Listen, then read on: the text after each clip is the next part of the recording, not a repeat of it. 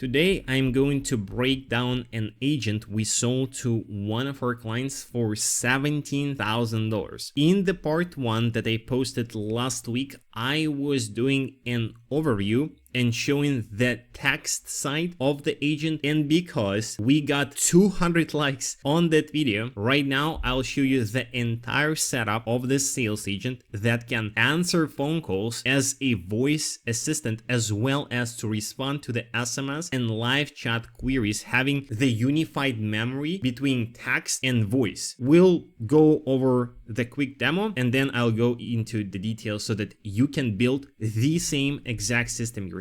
If you want me to go in depth into the business side of things and show you 5 unique ways how you can sell the same exact agent to other companies and businesses, press the like button. 200 likes. Next video, we'll publish an in-depth business related video regarding this specific agent. This is our client. I want to show you a real interaction map between the customer, so the customers of this business, and the AI agent. Because we have 3 channels, I want to show you in this demo how it works in real life. We're gonna send a live chat message here as a customer support request, providing some information. Then the contact will be created inside our system, and we're gonna make a phone call. We're not gonna call this number, as you can see, it's here. We'll blur some information out, obviously. We're gonna call the number. It will match the information and the contact that was created from the live chat and provide all the information based on the context that was provided by the user within the widget. And then we're gonna send an SMS from the same number. So it's like 3 different channels working together. Let's see how it works. Hi, my name is Bob. I have a question. Can you recommend me a product for an indoor for my home, please? Okay, it's gonna ask us a few more questions to clarify the intent. Are you guys compliant with FCC? Because we're programmed to ask additional questions before providing a clear answer when it comes to sensitive topics. We can confirm it. Yes, I want to know because I have very specific needs, so please answer and also tell me if you have solutions for businesses. Good. It says that all of the products are compliant with the FCC and NDA. So now let's provide some information so that the agent can capture it and then update our database. If you go to the actual interface, you'll see that the conversation has been populated as a guest because this is the live chat. And here you can see that there is no phone number, email, nor the name because the user only provided the name, but the name does not update automatically if the user didn't provide either the phone or the email. So here is my phone number, just so that you know. And also here is my account number. And let's say R something random. Please remember that. So this message was duplicated. Don't worry about it. It says that it doesn't store the information like account numbers because, again, there are like security protocols. I'm just showing it as a demo. But if we go here, you can see that the contact was updated, right? So now we have a Bob as a name and we have the phone number. So it automatically identified the pieces of information from the chat that it needs to retrieve and updated it back inside our system. Same thing could happen with an email pretty easily. Now, if I make a phone call to from the number that I provided here to the number that is attached to this agent, I'm calling, so let's see. Hey Bob, welcome to Night Owl. How may I help you today? Hey, how are you doing? Hey Bob, I'm doing alright, thanks for asking. So, what can I help you with today? Are you still looking for info on indoor cameras or maybe business solutions? Actually, so can you confirm the account number that I have on file? It starts with R, but I can't remember the exact number. So just to be upfront, I actually can't access or confirm account numbers for privacy reasons. Was there something else you needed help with, like billing info or product details? Yeah, okay, so actually, just wanted to make sure that you're aware, I paid my invoice yesterday, so it's paid right now. Can you please mark this down? Hey Bob, I totally get you want that noted, but I can't. Yeah, so basically, it said that it cannot like access the account number information because this is not the functionality that we programmed it to do. Like I'm just doing the demo here to make you guys aware of the different possibilities. But as you heard, it referenced us as Bob, and it also said that if we are still looking for the information about the indoor cameras that we included at the very beginning of the chat, right? And again, so if we would program it to get the account details and from the chat or from anywhere from the like backend and then process this information, it would do that pretty easily. So if you go to the contract right now, you will see that the actual memory, both from the chat as well as from the call history, was already updated on the backend.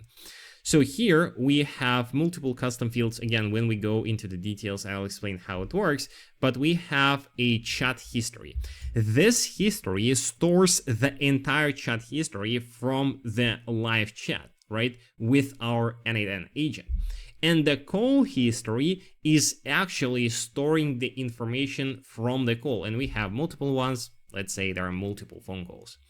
So the final part of the demo is sending an SMS again from this contact, from this number, to the number of the agent, to the same number that we just made the call to. So let's compose a new message, send the message to that contact where the agent is connected to. It's the same phone number that we called, and say, hey, I just want to make sure I paid the invoice.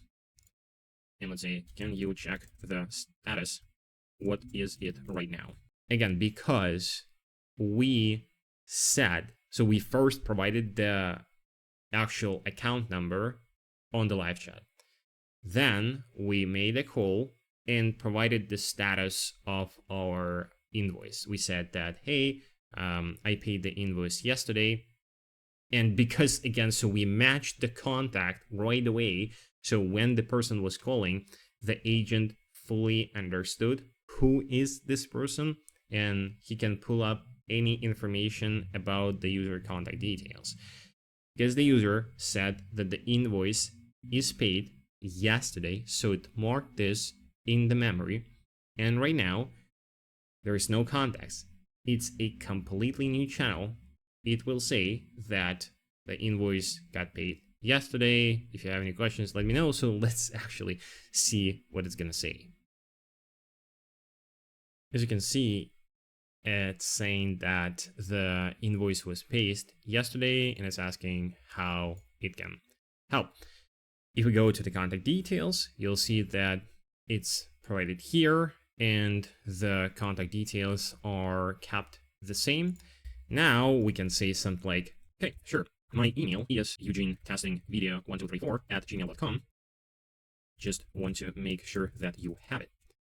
Because the email was provided, it will automatically retrieve the entity from this message, which is the email, send it back, and update the actual contact profile inside our system, and then say, yeah, sure, it was updated, and let me know if you have any more questions. Might take some time, so let's wait. Yep, same thing. So it says that it cannot store the emails because we did not program it in a way to actually store this information and provide the correct replies to the users, just showcasing this specific use case for the demo purposes. Now, if we go to the contact details, as you can see, it was updated in the user profile. Here is the actual structure of the agent. First, we receive a customer request through a phone call, SMS, or live chat. We have two separate agents. The agent number one is built on Retell, and I will show you how it works. The agent number two is built on n8n and handles all the text processing through multiple channels. And both of them come down to our own version of HighLevel called OnePrompt.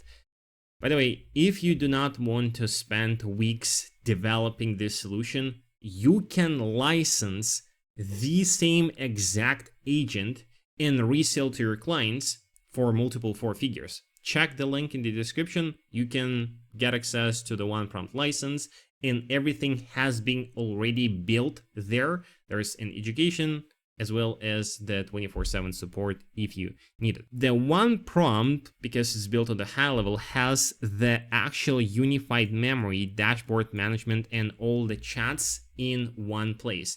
The unified memory is handled by the custom fields, and the dashboards management and the chats are handled by the default HighLevel function. So let's actually go backwards from the OnePrompt HighLevel, and then we'll go into the agent so that you can see how everything is connected.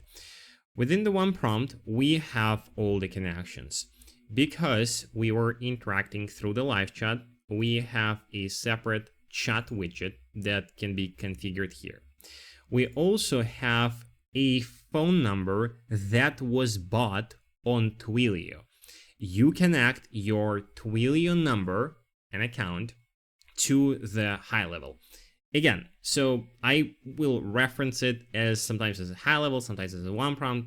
It's just our version of the HighLevel, so it's easier for me.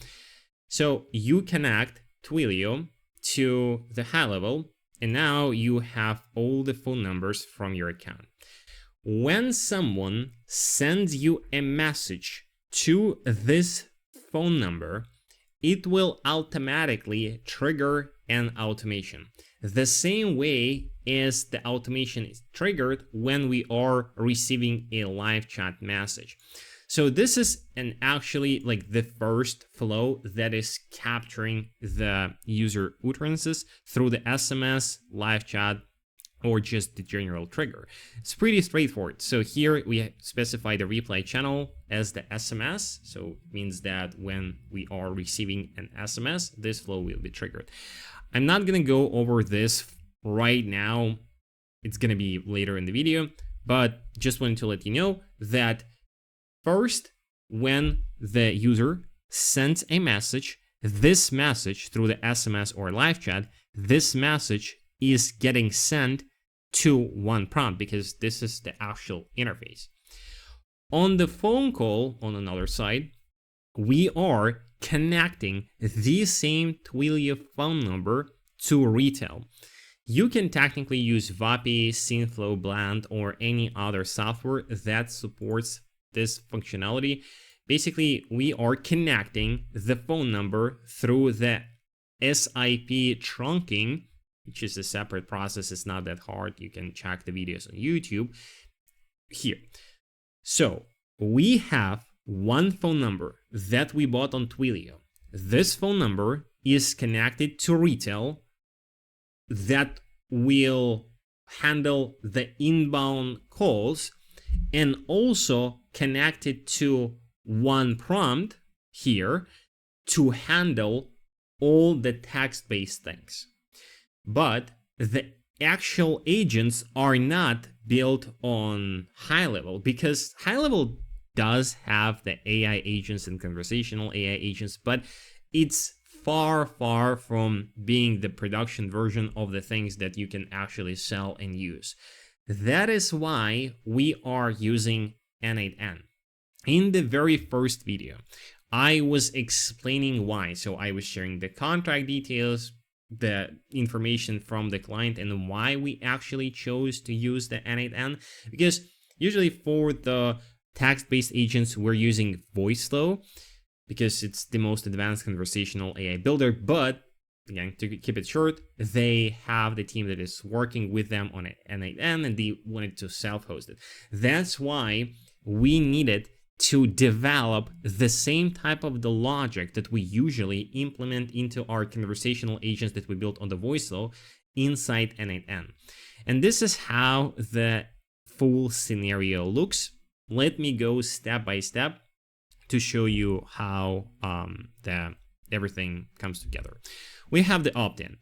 Here we have two opt-ins. It's just, the regular chat, internal chat widget for testing purposes. So we can just replace it here and then chat with this agent to test everything internally so that we don't need to chat through the SMS or through the live chat.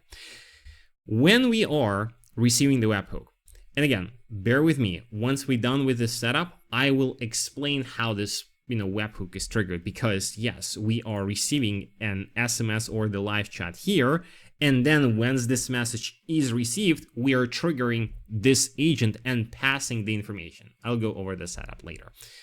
So the webhook is received. The first step is to set all parameters and variables that we're going to reuse later. The reason for that is because we provide the license to all of the agents that we build.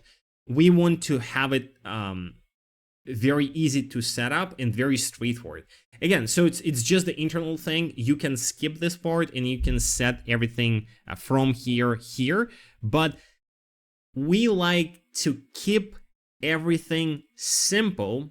And I know that it might be controversial because you literally see the entire spider web of the complication here.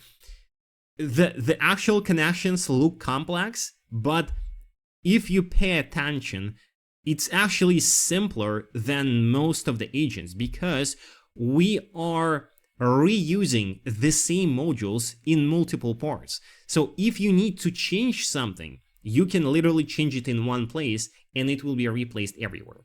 So we're using it, A, to make it easy to replace everything from one input, and 2, because we're reselling and selling the license to these agents, so we want our customers to be able to set everything up pretty quickly. So first we're setting up the bot persona, right? So this is just we're setting the variable that we're gonna reuse to a string, and we're providing the bot persona on how we want the bot to behave, right? That's why if you want to change the persona, or if you don't really like how it's responding, what are the messages and phrases it uses, you go here and you literally replace it in one place, and it's going to be updated everywhere. So we're also setting the rules on how to reply, right? So be straightforward, use the certain words, and don't overcomplicate things. Then we are setting the user utterance. Again, so everything is getting set to the specific variables.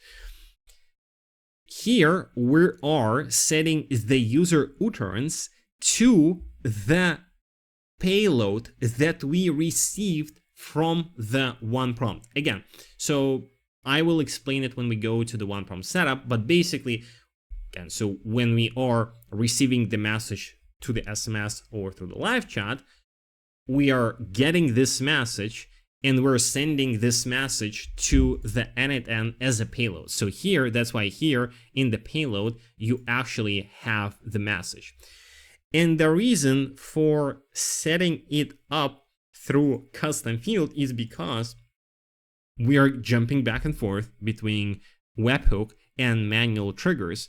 And with the manual triggers, you are not receiving the payload from the webhook, right? So you are receiving it directly within the chat here.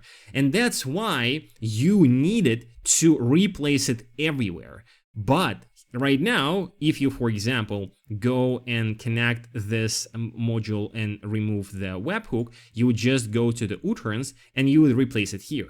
So then it will be replaced everywhere else, okay? Now we are also setting the user ID.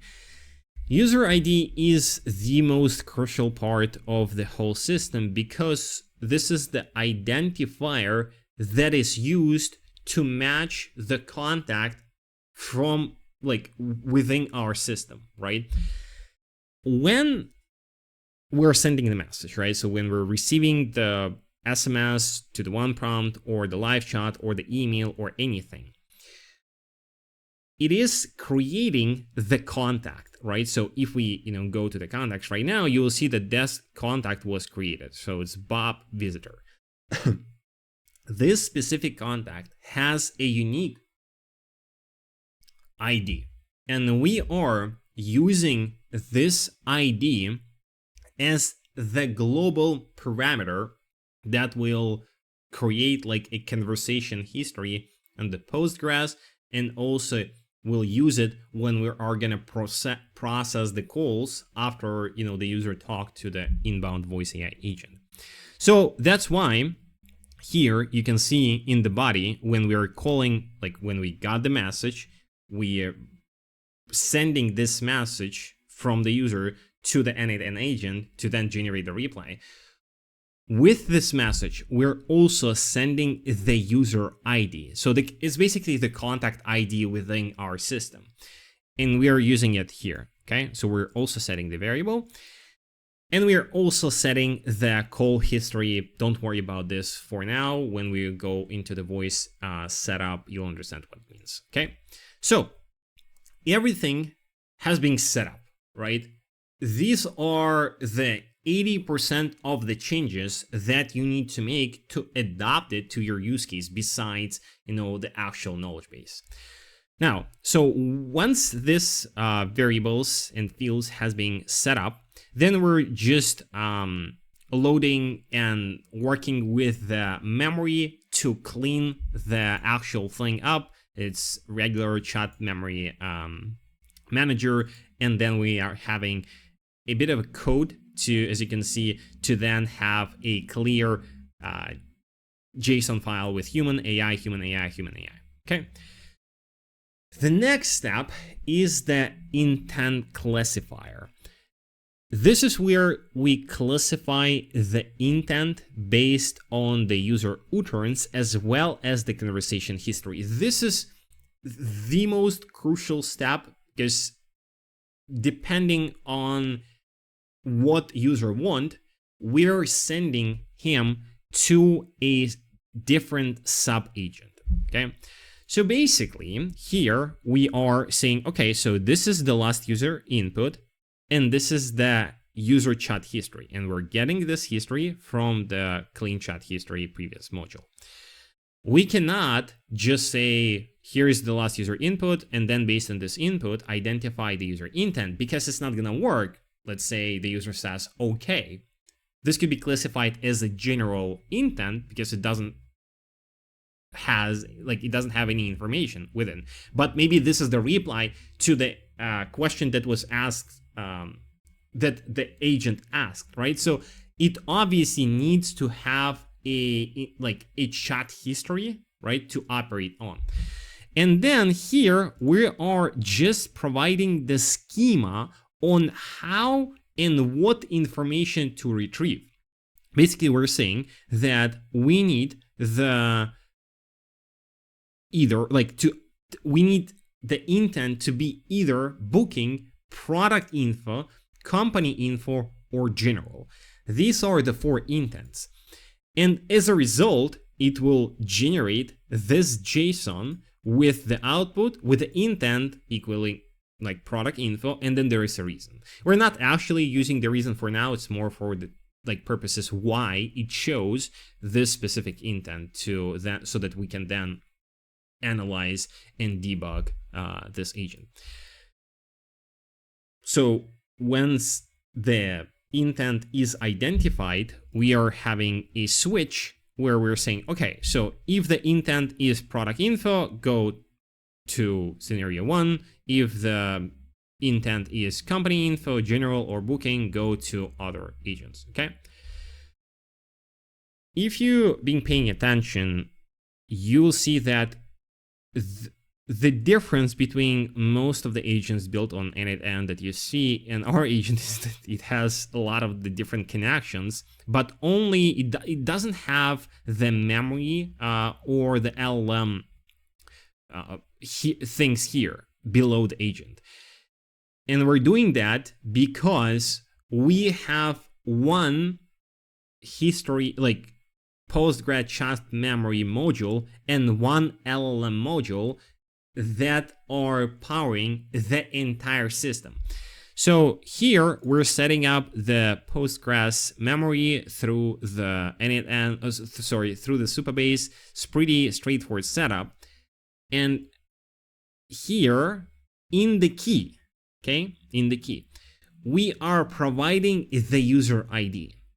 This is very important. So remember here, we set the user ID. So we set this field to the information that was passed to the webhook. So right now, we are using this ID here, and within Supabase, it is going to, in the n8n chat history, it's going to have this session ID, right, as the ID of the contact within the one prompt, within the HighLevel, okay? That's why if or when the user sends a message from another channel, if this channel connected to HighLevel and everything being set up correctly, because it's the same contact ID, it's gonna pull out the same memory history from the Supabase table. Okay. If you want, by the way, me go over the entire setup of the memory, let me know. But there are like tons of free videos on YouTube of the people that will explain it probably better than me. Okay. Now, so this is like the chat history. And as you can see, we have 4 different subagents, and all of the subagents, all the actual like memory nodes go here. Okay. Because we don't need to duplicate them. Okay. We're just having like one memory, and if we, for example, like need to change it to another base or to another connection, you can easily do that. And again, like keep in mind, we're also doing that because like we're reselling it, and you can get access to the same agent. So if you want, like you would just go here and replace your credentials, and you're ready to go. You don't need to replace it in all of the different subagents. Same thing happens with the LLM module. Like we are saying that, okay, so it's 4.0, we're using the most popular one, and all of these connections go here. As you can see, there is a module, it goes here. All of the subagents, chat modules go into this specific module, okay? So this way, we can just replace something here and replace something here, and it will be replaced within the whole agent, okay? Now let's go into the subagents. We have 4. We have the product info subagent, company info subagent, general conversation, and the booking subagent, okay? In the first video, I was showing you how the booking works. We will go over this in details, but the other agents are pretty straightforward, right? When the intent is classified as the product info, we're just sending the user to this agent that has a pretty straightforward prompt that is, where we're guiding on how, we're guiding AI on how to reply to the messages based on the user input. Now, I know that a lot of people are using just one, what we call master prompt, to handle all of the intents. We don't really love doing that because we need to have a full control over the type of the messages that the user receive based on different utterances. So if you picture having, the customer support, technical support, billing department, as well as, just regular Q&As and FAQs, these are the 4 different types of the intents that must, if you're like building it in the production, that must have their own specifics. Because when we're talking about the technical aspect, you would want to have, if it's the technical support, you would want to provide the actual numbers of the pieces, the actual data that we pull up from the knowledge base, reference materials, and you would keep the replies a bit longer. But if we're providing if we're like giving the general customer support. You don't want to be technical, and you want to keep it as human as possible. And you can technically specify this in one master prompt within like one master agent, but it's not going to be that accurate. That's why we are separating this sales agent to multiple sub agents. Okay. And the only thing that you would need to understand, like, yeah, so it's company information has their own prompts, and general information has also like their own prompts. So saying, hey, your primary task is to engage with the user through the conversational matter. Like the general sub-agent, it means that when the user is just chatting, hey, how are you, what's the whatever. So because there is some percentage of people that are just playing around, and we don't want to run the whole system if it's just a very straightforward intent. So, but what you'll see, you have the set metadata here, which is used later. I'll explain why, but just keep in mind that here we are setting the metadata variable to the product info because this was classified as the product information. In this metadata variable field will be used when we are calling the knowledge base. Okay, more on this a bit later. So these are the three agents. The fourth agent is a bit more complicated because this is the agent where we are booking an appointment with a person. Okay, it has 8 different tools. Okay, and 2 of these tools are separate sub workflows. So let me explain what it does. We have an advantage when we're using the HighLevel or when we're using our own one prompt system, because the HighLevel has their own calendar, right? So if you go here in the settings in the My Profile, you can connect your calendar. Let's say you connect the Google Calendar. So and like we are in there, so we have a client sub account that we open for this specific client with a different agent. I explained the actual setup in the first video. You can go and rewatch this, but basically they are using the Google Calendar, right, themselves, and they have their own booking software that is tied directly with the Google Calendar. Now, so we connected the same calendar here. And this is considered a high-level calendar, right? The one prompt calendar.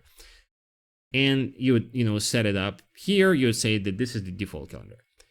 The reason why we're doing that is because it's much easier to book, reschedule, and manipulate appointments if you're working with a calendar with a HighLevel and not directly, Google, because Google has some weird APIs, and it's an entire mess when you're trying to connect it directly and not through, cal.com, for example, or Calendly.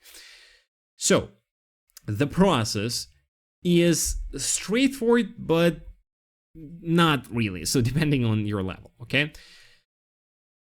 We have a master prompt where we are instructing on how to actually do that. You can, stop the video and go through everything. But basically, we have available tools. For example, the first one is the get time zone, because the client is operating throughout the US, which has multiple time zones. Before booking an actual appointment for the installation, we need to make sure that we understand the user time zone. So that's why the agent would ask, hey, what's your time zone? Again, if you want to have the booking demo, you can go and rewatch the first video.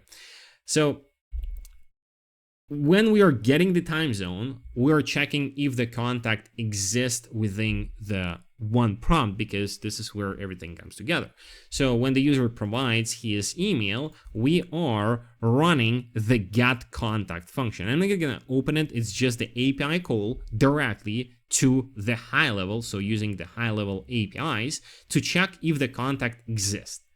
So if this contact exists, it will find him through through the API call and then respond back with the information of this contact. And it's just going back and forth, retrieving multiple tools, going back, like going into multiple endpoints, trying to book an appointment. So it's like, okay, so it's getting the contact. If the contact was, we didn't get the contact, we're then creating the contact, then we're getting available slots. And as you can see here, we're calling a separate workflow. So we have a separate workflow for the time zone. Time zone is, by the way, is using the actually timeapi.io, which is the public API that you can use. We're just converting it to the format that we need for the HighLevel. Same thing happens with the sub workflow for the available slots. So when we, for example, got the contact details or created the new contact, we're running here. And the disadvantage of the HighLevel APIs is that when we are interacting with the get available slots endpoint, the only way to do that is to provide the Unix timestamp, like the date in the Unix format. That's why we're actually having the conversion here from the actual like human readable dates to the Unix for the end date and the start date. And then we're calling the API, trying to get all the available slots. Now guys, I know that it's a bit complicated. So as I said, like if we have 200 likes on this video, next week I'll talk about the business side of things of this agent. But if you really want, like, let me know in the comments.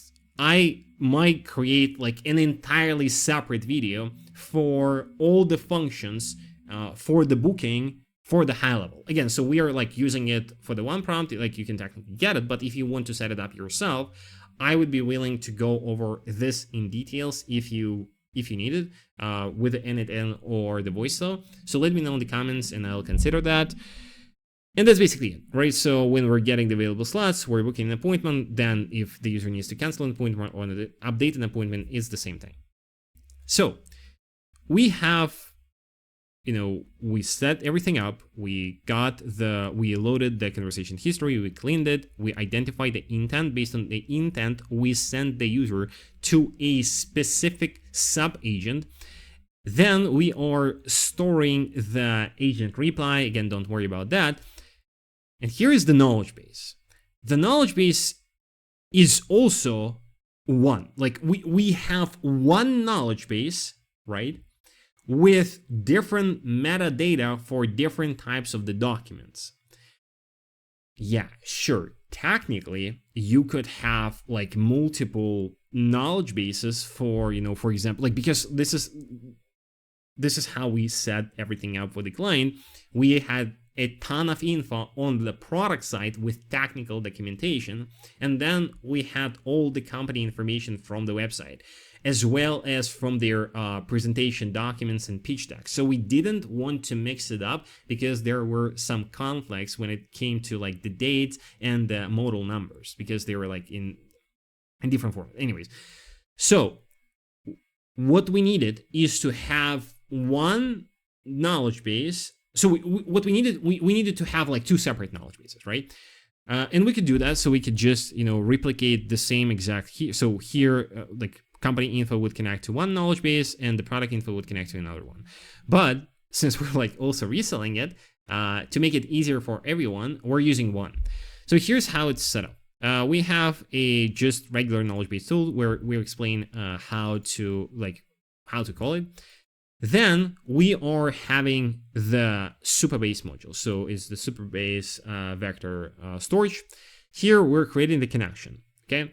Again, so I don't really want to go in depth into the setup of the knowledge base and Supabase. It's pretty straightforward. I could do it separately if you want, but basically here we're uploading all the content that we need.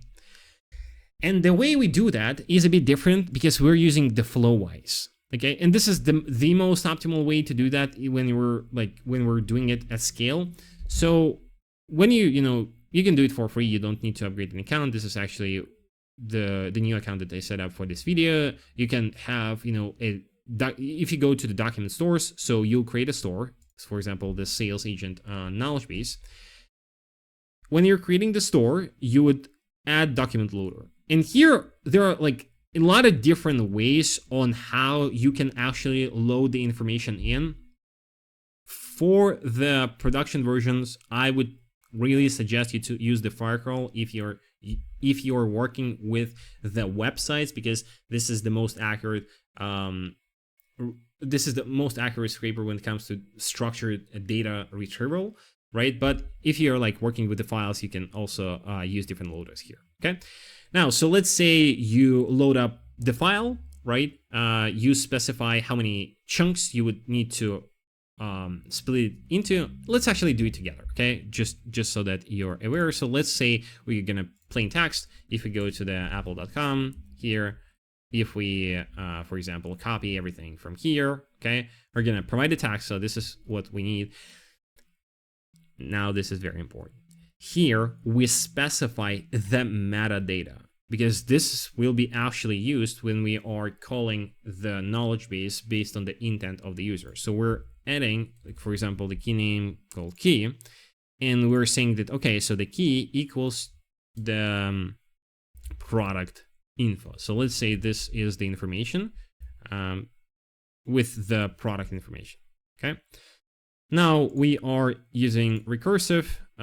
We are keeping everything as that, so we can preview the chunks. So we have 35 different chunks here, and you can see here we have in the metadata, we have the key, the product info, okay?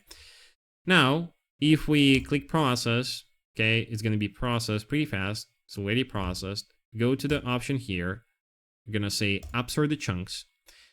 You would set up the embedding to the, text embedding like 3 small. You would connect your OpenAI credentials. Here you create your Supabase connection, right? So you create the credentials here. You get your Supabase project URL, which can be retrieved from the settings. You have the table name, which is this, and you also have the query that you need to specify, like match documents. And that's basically it, right? And you would click upsort, and it will automatically upsort all the documents here. And you can technically automate the process if you have a lot of the different documents. I'm planning eventually to create a video on the automatic knowledge base creation and updates later, probably this month or next month, okay?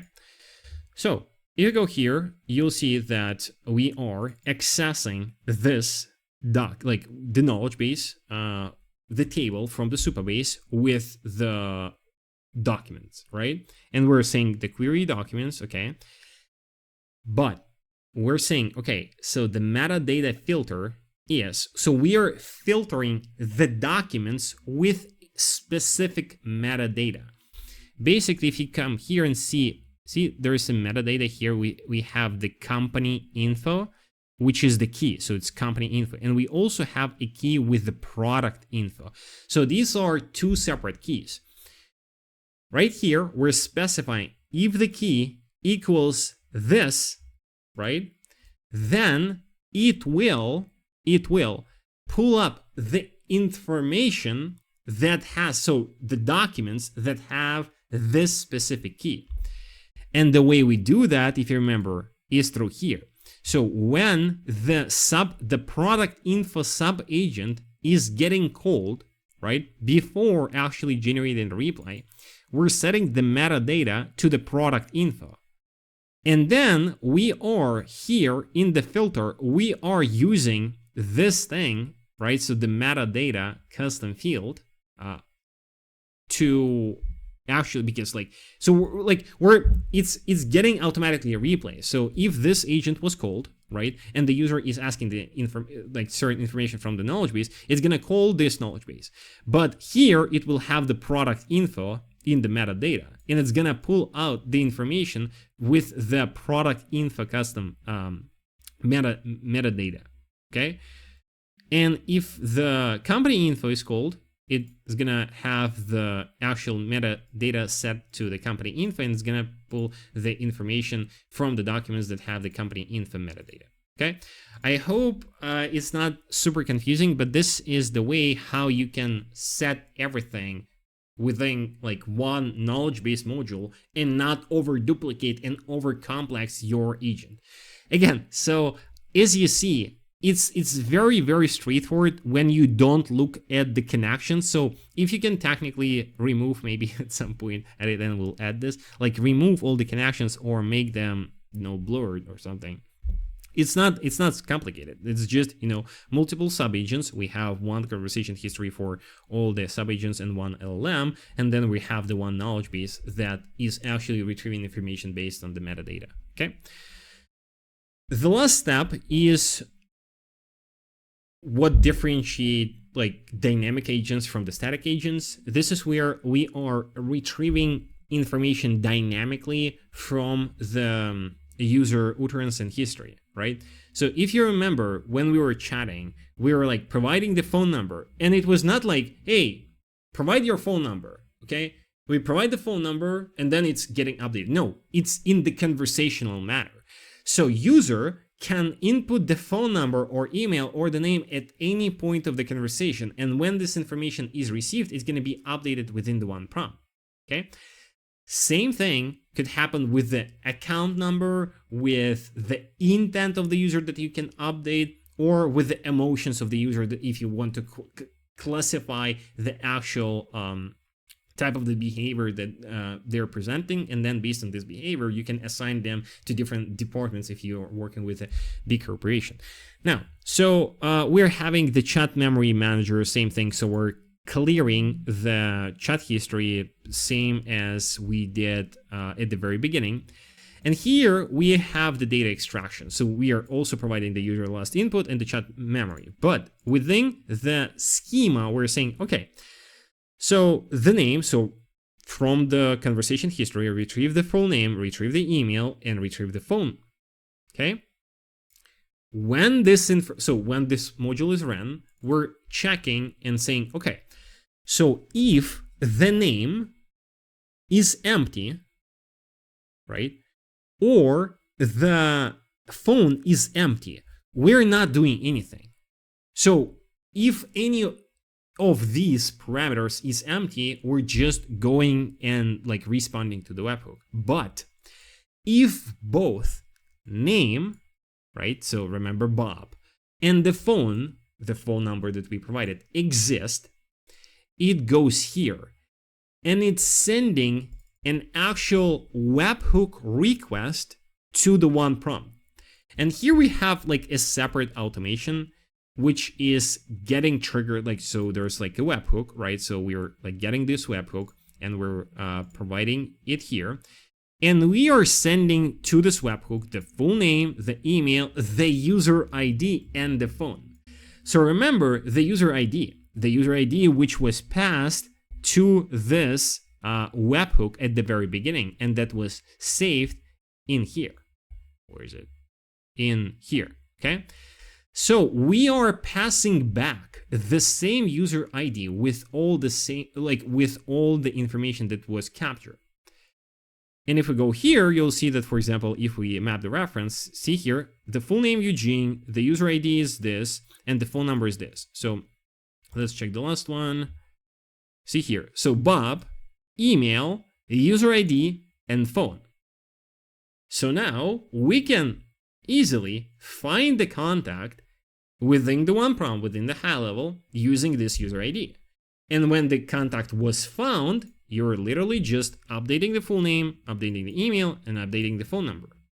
And it's done. And you can, again, as I said, if you're trying to capture a very specific type of the entity, you would just, create a custom field here and you would update it. So you would pass it here. So you would add it in the body parameters. Okay? And the very last thing a lot of you were asking about, how do we do the actual splitting? If we go to the contact, let's actually find Bob. If we go to the very last interaction, you'll see that here it says, okay, sure, email, when we provided the email, again, don't pay attention to the duplicated messages, but basically it says, okay, sure, so my email is, so this is what the user said. And then it's okay, so this is a better example. See, hey Bob, your invoice is all set, your mark is paid of yesterday, anything else I can help. So these are two separate messages. So our agent is different because it can not only process multiple messages that is sent from the user, but it can also respond with multiple messages. So it's not just sending one chunk of the message, it's sending the one message in multiple utterances, the same way as the human would do that, okay? And the way we are doing that, it's actually pretty straightforward. So the actual reply was generated, right, by one of these agents, right? So depending on the intent, we send the user to different subagents. And let's say if it's like this subagent, we save this, like all of the replies to the reply field variable, okay? So it doesn't matter what agent generates a response, all of these responses, all of these outputs are getting saved into the reply field. Then we're asking AI to say, hey, analyze this reply field and chunk it down into different messages from 1 to 5. So identify how many messages you want to chunk it down to, and from like, if it's like a short message, message 1. If it's longer message, message 1, message 2, and create a JSON output. Okay. So basically, it's just, if we try to test it, it's just getting the reply and creating a JSON file, right, with multiple messages within the JSON format, so that then we can get each of this message and send it separately to the user. Okay. So we are waiting for this module to be executed, but yeah, okay, anyways, I don't want to wait too much. Then we're setting the actual, the reply that was generated from here, right? So from this subagent, we're setting it to another field called split JSON. And then we also set the chat history field, custom variable, to this. Now, this is, guys, very important, because then we're like responding to the webhook, okay? But we are responding to the webhook with this information. If you think about like how it has one memory between text and voice, as I was saying, it has the actual chat history as well as call history, as well as the chat history custom fields. So this custom field is getting updated every time when the new message is sent, and it's updated to the most recent conversation history. And the way we do that is through here, because so this conversation history was processed right here, and we're just saving it, so clean chat history 1, to the chat history custom field, okay? And then we're passing it to the webhook. So when we're passing it back to the webhook, it's getting updated here, okay? So don't want to go too much into the details because I was covering this scenarios in the previous videos, but in a nutshell, right? So this is the first scenarios within the one prompt, within the high level. So this is the scenario where we are getting the user replies from different channels, right? And then we're chunking them together. So if there's like user sends one message, message 2, message 3, it's getting them grouped. And then here, it's grouping the messages, okay? It's grouping the messages, and it's generating a reply in n8n. So this is where the actual main call is happening. So we're sending the information to this webhook, which is the main webhook right here. Okay, so we're getting here, we're getting this. Sorry, I need to execute it. Okay. So we're getting this production URL, and we're pasting it right here. And we're passing within the payload, as I said, we're passing the grouped user message, we're passing the user ID, we're passing the user phone, and a few more like custom variables, right? So basically, once this information has been sent, it got processed here, right? It was like running the scenario, as you can see, execution. So if we check this execution as an example, it classified the intent to product information. It ran here, it set everything up. It didn't call the knowledge base because it was not needed. It did this, it retrieved the information, it passed the information back to the one prompt with the email, phone, and name, split the replies, and then responded to the webhook. So, like, because this is the post request, we are getting back the actual reply. Then we're parsing the information because here in the output, we are, we're having the first incoming items, but basically in the chat history, we're sending the split JSON. So these are multiple messages that were generated, as well as the call history, chat history. Okay. So, and this is where we are saving them. So we have a chat history, right? So custom field, which is this. Okay. So we are saving the information that was passed from the webhook, chat history, right? So it's this chat history. We're saving this here, okay? And same thing happens with the response 1, response 2, response 3. And because there are multiple responses, we're displaying, so if the response 1 exists, it always exists, so we provide it to the user. Maybe if it's the short reply, we don't have the response 2. If the response 2 exists, we'll also display it to the user, and then it continues to do that, okay? So this is how basically the n8n text-based agent works. Now let me show you the voice agent, because it is simpler, but it has like very similar functions, okay? Now, we're using the Retell because they have really good workflows. Others are like developing it actively, but this is the most robust solution on the market right now. So when we are calling the Twilio number, right, we're beginning the flow here, and the very first step, before saying anything, we are running the function, and the function is called history, okay? What this function does, it's calling a webhook, which is also the n8n scenario, but it's a different scenario. So we're calling this webhook, and we are trying to find this contact in our one prompt, right? Within the HighLevel, basically. So picture, because we are making a call to this agent, right?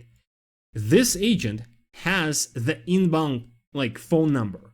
So it's getting this inbound phone number that the call is coming from, and it's getting it and trying to find the contact using the query with this incoming phone number, right? So as you can see, we have the from phone number, right? So this is the phone number that I was calling from.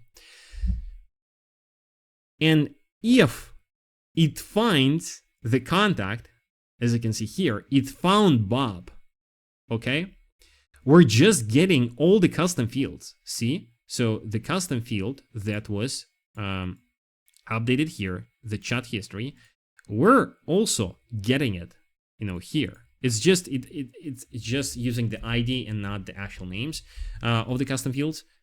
And then we're just responding back to the webhook. So now this agent runs this function, checks if the contact exists, and if yes, we're getting all the history, so all the custom fields that are updated here. And that's why, see here, we're waiting for this result to come in. Usually it takes a second or so. Yeah, so it's usually 2 seconds. And it says, hey Bob, thanks for calling back. And it says Bob because the Bob was retrieved from this function. And when we were calling, we're asked, hey, what's the obviously account number? It didn't give us the access because we didn't prompt it to give it to us, but it said, are you still looking for this solution? It was giving that because we have this solution, we have the history of the conversation and what the bot was asking about within here, and it was passed to this agent. And now it's it's a pretty similar flow. So we have multiple intents the same way as we have here. Obviously it's not that in-depth because voice calls are much more simple, and they just have either billing questions, and the billing questions are actually transferred to the real human rep, so to the real department. So we're just doing the call transfer module here, and the customer support questions are there, but there's still getting most of them on either the live chat or through the SMS, because right now currently it's still not fully deployed. When they call on the phone number on the website, it says, hey, the customer's support is not available through the phone, please send us an SMS to the same number. Okay, and I was going over this in the video in details in the very first one, so you can go and check it out. Yeah, so that's basically how the agent is actually structured.